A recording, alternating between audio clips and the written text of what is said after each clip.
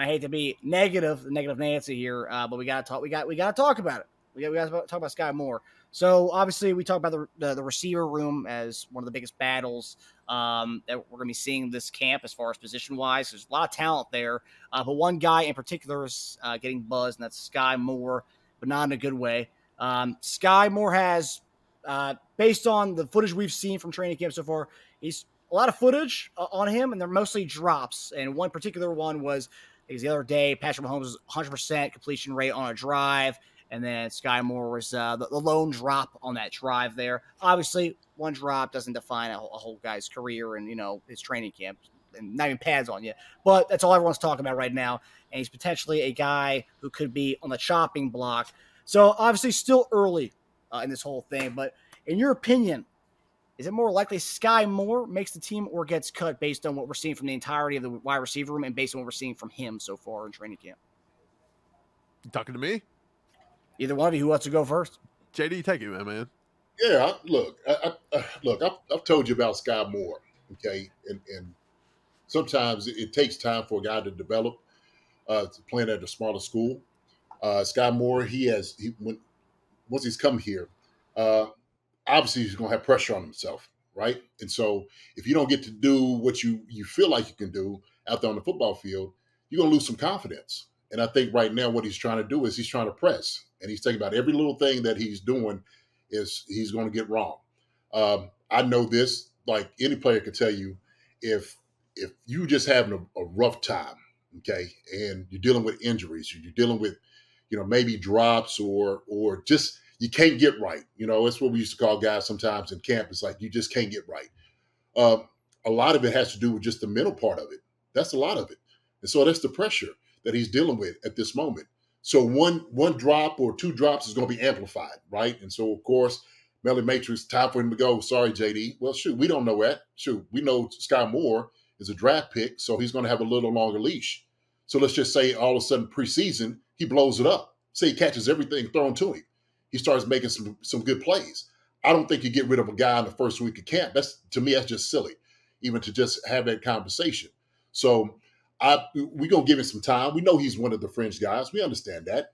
This by no means says he's gone, okay? And when I'm looking at this wide receiver room, I'm still saying the only ones I know for a fact that's not going to get cut, Rashee Rice, Xavier Worthy, and Hollywood Brown. Okay? That's the three I know is not going anywhere. Other than that, everything is still up in arms. Now, I think McCole Hardman has a chance, good shot of getting there. Kadarius Toney, because they found him using his versatility, right, in the backfield, doing some things to make him a little bit more happier, help with his confidence. I think he's going to be able to stick. The other guys we talked about, Remigio, and then possibly, we look at, Justin Ross, all these other guys, right? Justin Watson, these other names that you're sitting there over here are all still fringe guys. So other than that, man, look, Skyy Moore is going to have a rough day at camp. He might have a rough week. My thing is the Chiefs still know that they have something in Skyy Moore, okay? They still know that. And so it still remains to be seen. He hadn't had a good week. That's just how it goes. Look, I think you hit the nail on the head. He's pressing. We seen it last year with Kadarius Toney come out and had injuries through all of camp. They rushed him in really quick against Detroit, probably because they had to, because Kelsey missed the game. They didn't have the big option for Mahomes. They brought back Kadarius Toney, and he made a few mistakes. He let a ball go off his hands, pick six, and then from then on, he just pressed. And then when he felt like it was getting right, toe over the line. He didn't cut his toenail that day. So they decided they're going to throw the flag when they hadn't thrown the flag all year for multiple people doing that. And there was a game the next night somebody did it and they didn't do it the same way they did Juwan Taylor all year as well. So a lot of that. Now, here's what I'll say about Skyy Moore. Everybody in Chiefs Kingdom is done with him. I think if you polled him right now, there's 98% that say cut him now. And I think it's really weird, but it's become a win-now league. And when we keep win, and we're stacking these championships and we're stacking these AFC West titles, these people just want excellence and they want, help me now, what have you done for me lately? And I just don't think they're wanting to give him any more time.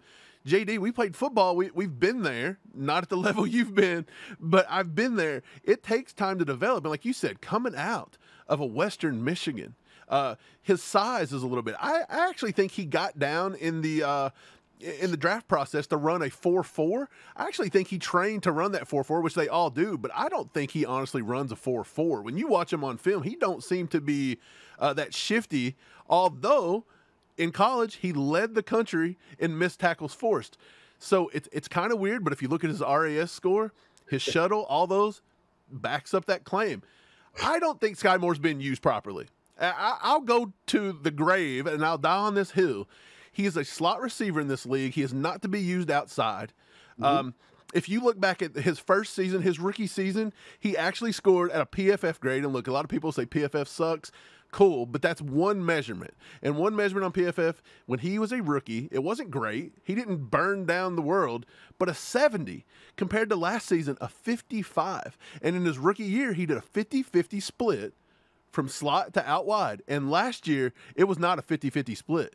It was bad. Did you know it was only 5 games all of last year where Andy Reid had him in the slot over 40% of the time? And in all 5 of those games, he had his most receptions, he had his most yards from scrimmage, he had his only touchdown of the season, and he had his highest PFF grades playing out of the slot. So I think it's a failure by the coaching staff trying to get these guys on the field at any cost rather than getting them on the field at the proper position. So my rebuttal to that, I do agree with you. I think we have been misusing him, no doubt about it. And I've said that several times before on this mic that, he is a slot guy. We know that's where he's been able to do damage. Now, to the point you were making, you don't think he's a 4-4 guy, but everything else around him, the evidence shows that he is, right? If you're able to make guys miss and you do have some shiftiness, I don't think nobody would combat that he has a 4-4 speed. I don't think so. Not at all. I think he still has, a relatively good speed. The question goes to me is this, okay? Other 98% of the people that don't like Skyy Moore, don't want to be on the team, thank God they're not making the decisions on who's staying on the Chiefs and who's not. Right. I mean, let's just be honest here. Because if we're doing it with everybody is emotional-wise, like who should stay, who should not stay, there'd be a lot of people gone. Spags would have been gone last year. They were trying to get rid of Spags. Right. Thank God these people are not making the decisions, right? So the thing is, Andy and those guys understand it. It does take patience. It does take sometimes them figuring out how to utilize a guy. Last year, to me, was an anomaly, okay? I think just for a whole wide receiver position in itself, okay? They just didn't have a good wide receiver room. Nobody performed well last year other than Rashee Rice. Rashee Rice was our slot guy. Now we're going to start utilizing Rashee Rice, as we've seen in camp, toward the outside, which I said he should be utilized stretching the field, doing some different things than what he was able to do last year. And so we seen the same thing with Rashee Rice. With Rashee Rice, all we're doing is throwing wide receiver screens. That's the majority of the thing he's catching is under 5 yards and getting, yak yards. That's what he was doing. My thing is, if we decide to utilize, let's say, Skyy Moore into those positions, right? And I said sometimes these guys, because of their size, are redundant. Where does he fit into these things? Okay. So I do believe, you got Hollywood Brown, they can play slot. You got McCole Harmon could play slot. Xavier Worthy should be able to play outside. Rashee Rice should be able to play outside. We got bigger receivers that can play outside. Skyy Moore, where we could utilize him at. We're starting to figure out Kadarius Toney, same thing with him, right? Put him in the backfield, line him up in some different things. What I love about this staff is you could take a guy like Skyy Moore, okay, who has been really pressing, lost some confidence, start putting him in some positions to make some plays, okay? Because as a coach, there's certain guys you need. Some guys you just need to bring about, okay? Skyy Moore, regardless of what people look at, he's helped us win games before, okay? And he's helped, drops and passes. Well, that was going around like the flu last year on the wide receiver. So my thing is, that's why I always fight sometimes for Skyy Moore, because I understand the process in itself that you don't get down on guys, especially if a guy's he's a second-round pick for you. Well, there's a reason you took him in that round, okay? Now, the thing is, this room's starting to look a little crowded, okay? You don't necessarily have the woes that you did last year. Now you actually got some legit guys. You got 3 legit guys, 4 or 5 now, okay? Just kind of, rearing his head, which is a great thing. That's a great thing to have. So we'll just have to see, man. I'm one of those that it is, as far as the evaluation of a coach, you want to give him every opportunity not to make it, okay? And sometimes guys cut themselves. And so sometimes the coach might have to put their arm around Skyy like, hey, man, look, you just trying too hard. You are trying too hard. I've had this conversation several times. I've seen coaches have conversations several times with guys. I've had a conversation just with coaches about other guys doing things like that. And so it is about perseverance. You know, we understand as far as, you know, the fans and nothing against fans, but hey, thank God they're not necessarily making the decisions. Can I say one more thing, Marcus? Go for it. Yeah. The Chiefs, from year one to year one with Skyy Moore, like I said, year one, Skyy Moore, he rated a 70 across the board PFF. Not the best season ever, but a good one. We actually thought coming into season 2 he was going to turn it around a little bit and it was going to be a step up. And I went back and I wanted to see the disconnect because, again, I still think 90% of Chiefs Kingdom want him gone, and I'd say 90% is probably low at this point. I went back and I watched some film the other day, and I actually had it on live. I went back and watched Detroit because I said, look, he hadn't dropped any balls. And by the way, he gets knocked for drops. 1 drop per PFF is all he had last year. It was the touchdown against Denver in the end zone. That's all they credited him with was 1 drop. He doesn't drop. You know where he got that stigma from? Dave Toub forced him to be a punt returner, which he never was in his rookie season. That destroyed his confidence, but he still persevered. He didn't throw anybody under the bus, kind of like Kadarius Toney was doing there for a little bit. And guess what? He come out and he made a big play against the Bengals, got us into the Super Bowl, right, in his rookie season. So I think Skyy Moore is a tough-minded mental person. Brett Veach has even said that before the season started. But I went back and looked at some film, and in the first game against Detroit, did you know there was about, in the first 2 to 3 drives, the Chiefs had him on the first read. I want to say about 5 plays. He was first read. And Patrick Mahomes watched him and did not pull the trigger on him. He was watching him, and he had a 20-yard window, and he chose to duck underneath Aiden Hutchinson and flip it up over the top of him, and then he overthrew him, went off his fingertips, right? And then everybody blamed Skyy Moore for not being 6'7". Like, there was tons of that. And I went back and watched it, and his best 3 games was week 1, week 2, and week 3. And why? He was at 48% slot in week 1, 49% slot in week 2, and 42% slot in week 3. And by the way, good game. And then what did Andy do? 80% wide for about 6 straight weeks, and he didn't reappear to Miami in week 9. 42% slot, and that was his best game. So, again, I think it's where he's used. And to your point, Marcus, they're trying to find something to do with – or not Marcus, JD, my bad. They're trying to find something to do with Kadarius Toney. So they're giving him the ball in the backfield. They were doing the same stuff with Skyy Moore when he was drafted. His rookie camp, he was taking balls out of the backfield. And week 1 last year against Detroit, I want to say it was in the first drive, maybe the second drive, he took a jet sweep right off the left side. Rashee Rice was blocking his ass off. Richie James was blocking his ass off. And guess what? Donovan Smith, the lead blocker pulling, had to hit a safety and didn't even put his finger on him. And Skyy Moore could have took it to pay dirt, 60 yards, and instead he dropped him behind the line of scrimmage because somebody else missed a block, and then Skyy Moore said, Skyy Moore can't make plays. Well, this is a totally different league coming to Kansas City and playing for the Super Bowl champs than it was playing at Western Michigan. And people's got to figure that out, and they've got to give him a little bit of leeway. And to your point, he's a product of being overdrafted. Do I think he was a second-round pick? Probably not. But look, I think out of that same draft, there's not been that many good second-round picks. Alec Pierce went right after him or right before him. Tyquan Thornton went in that round. They're not doing nothing. People wanted George Pickens. And because we didn't get George Pickens and he's blowing it up in Pittsburgh, Skyy Moore by default sucks. And that's the way it is, and it's always going to be like that. And by the way, put George Pickens on this roster, and he may or may not be doing what he's doing in Pittsburgh because we don't utilize those kinds of wide receivers. That's why we don't draft them. Yeah.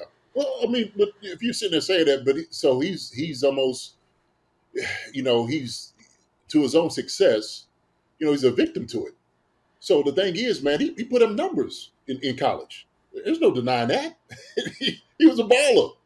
I mean, look, we can look at film all day and see that Skyy Moore was productive in college, one of the most productive receivers.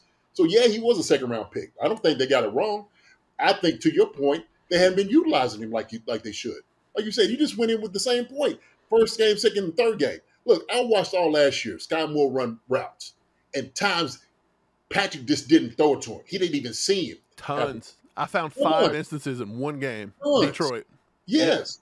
So look, as an evaluator, when I'm watching film, I'm sitting there like, oh, this joker's open. He's open. That's another stigma too. Have you heard the Skyy Moore can't get open thing?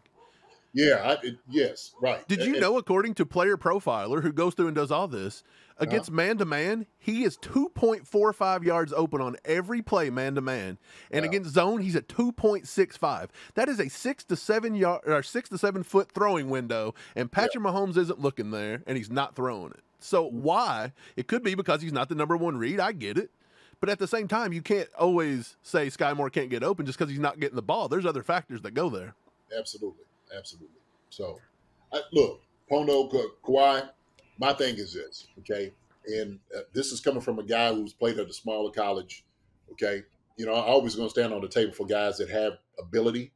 And I heard somebody say this today, like, look, he might need just a change of scenery, okay? He might just need that.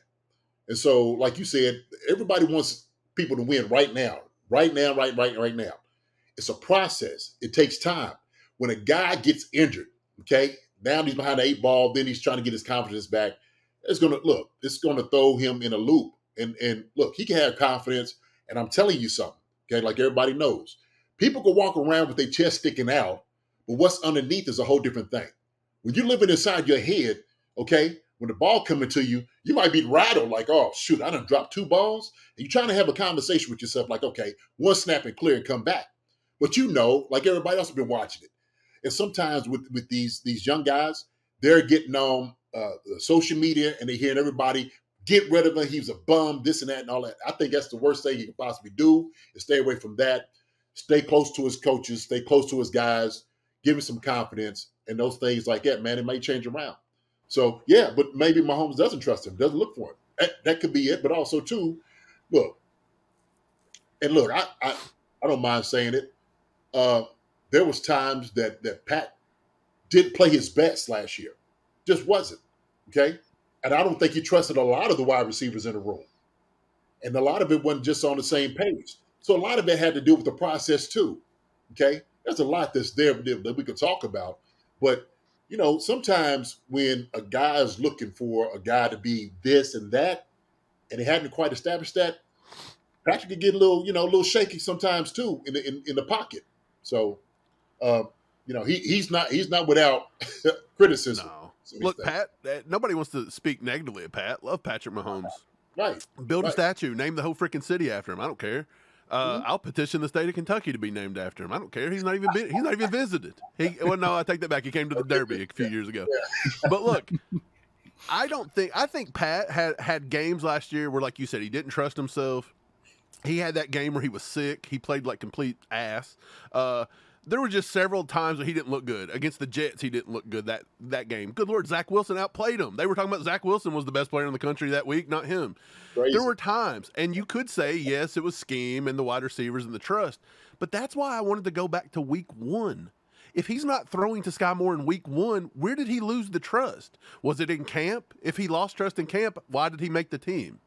If he lost trust in his rookie season, why was his rookie season not that bad? Matter of fact, he only got targeted 30 times in his rookie season. And he didn't have any drops his rookie season. Like, again, I think he's only had 2 drops his whole time in KC, but again, he gets the drop stigma. I don't know. It's just a what have you done for me? And it's like, I don't know how Skyy's ever digging out of this hole, because in Kansas City, you do not have volume targeting, and he is never going to get more than 40 to 50 to 60 targets, and that's going to be insane if he was to throw 60 targets with this team. Right, so what is he going to be? He's going to be a 5th, 6th bubble guy. He's never going to get on the field. He's never going to make an impact. You may as well cut him. Okay, just appease the fans. I don't know what else you're supposed to do here, because otherwise I don't get it. To your point, I think there was 3 locks you claimed. I actually thought Justin Watson was close to being a lock. That injury today, let's hope that's not serious for him, because I kind of thought he was close to that 4 or 5. And then after that, it was going to be Mecole Hardman, blah, blah, blah. And I still feel like Justin Ross might be the guy out looking in. Nico Remigio is looking good. And he had the camp buzz last year, and he's looking good. And when Justin Watson went down today, they turned to Nico, and Nico made plays. And that would have been a good sign for Skyy. Let's turn to Skyy. Skyy makes some plays. They went to the UDFA. They went to Nico Remigio, who missed the season with injury, and that's where they went. And by the way, Pat was throwing to him. So, again, it's just practice, and it's passing camp, basically. Like, the defense is a big-time, they're not doing much. But I don't know, man. I just don't think he's ever going to be able to win over Chiefs Kingdom. That's kind of my point. What would he have to do this year, in your opinion? Well, like 10 touchdowns and 1,000 no, yards? look. To be honest with you, it's not about winning over Chiefs Kingdom. It's about what Andy and those guys inside the building think. Yeah, that's a fact. And I want to say this and be very clear about this. We can have an opinion all day about what we think about Skyy Moore or any other guy out there on the football field. But if Andy and those guys are trustworthy of him, if they feel like he can do something with the team, he will be there.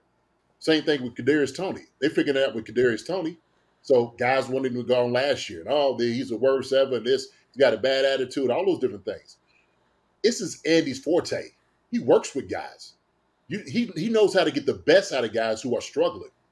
Okay? That's his superpower.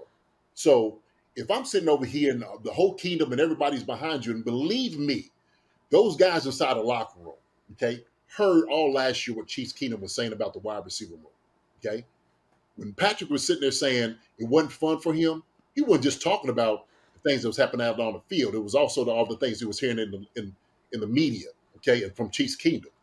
All right? A little bitter about those things. And so from a player standpoint, man, when somebody's talking about your guys, that hurts, okay? And then sometimes you start making it like, look, man, we understand these people ain't going to have our backs, okay? We got the worst wide receiver room in the league. They done said that already, okay? We're not the same offense we were 2 years ago, like carrying the team. We've heard that already. So sometimes you got to use that as fuel, okay, to get the guys going. And we start seeing toward the end of the season, and I kept saying this is, look, guys will start coming up big. Things start happening. We start seeing it. Nobody wanted McCole Hardman back. McCole Hardman, he was the first one I said we should get a guy like McCole Hardman back. Why? Because he understands the offense. They understand him. He's home. But when we needed for him to come up, he came up when he was able to come up.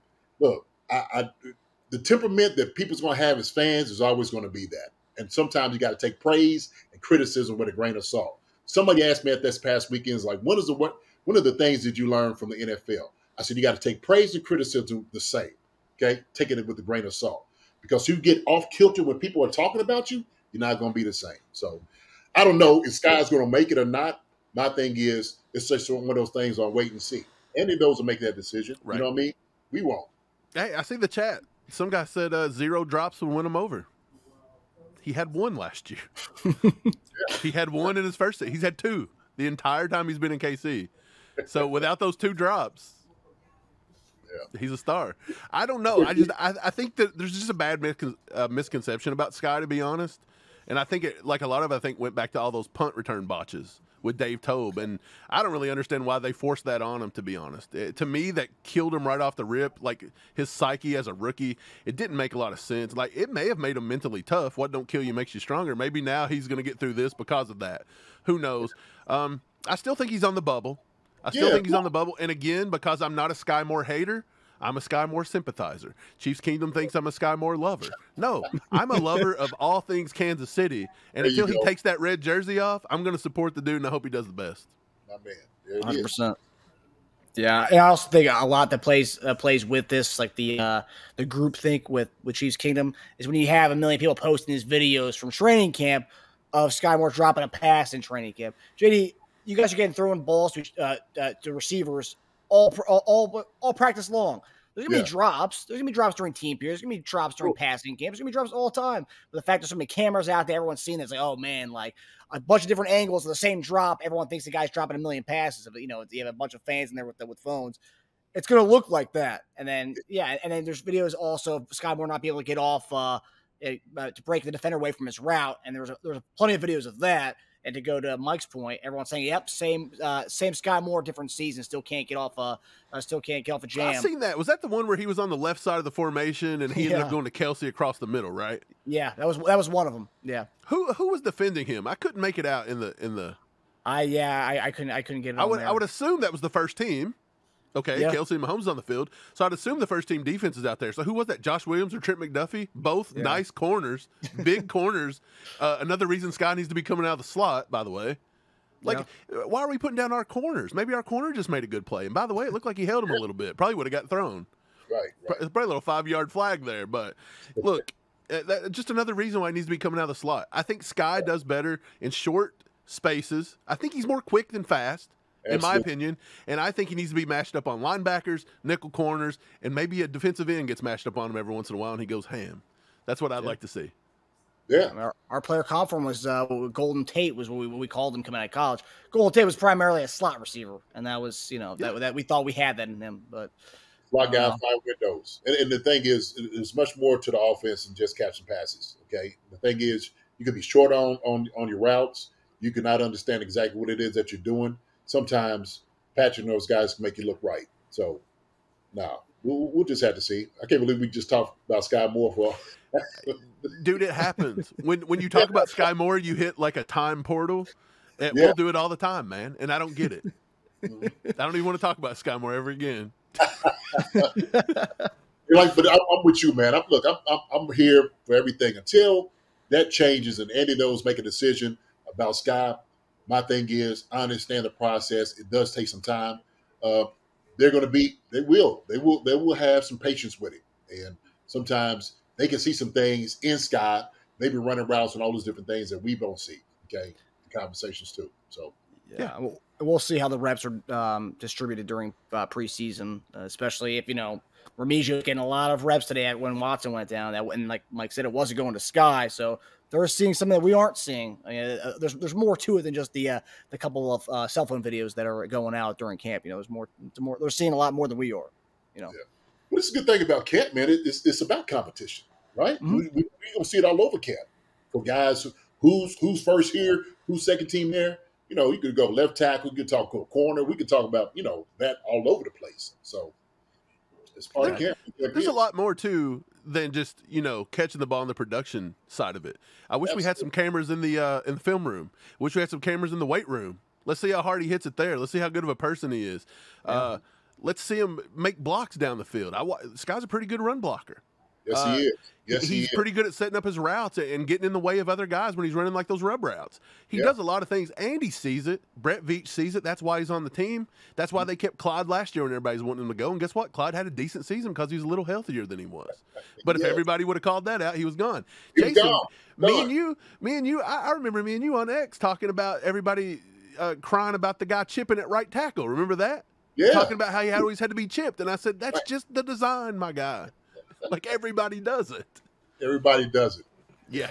It's an offense. It's not a personal problem. Appreciate you, John, with the contribution there, brother. Hi, everybody. Thanks for watching. Subscribe here to get the latest from the show.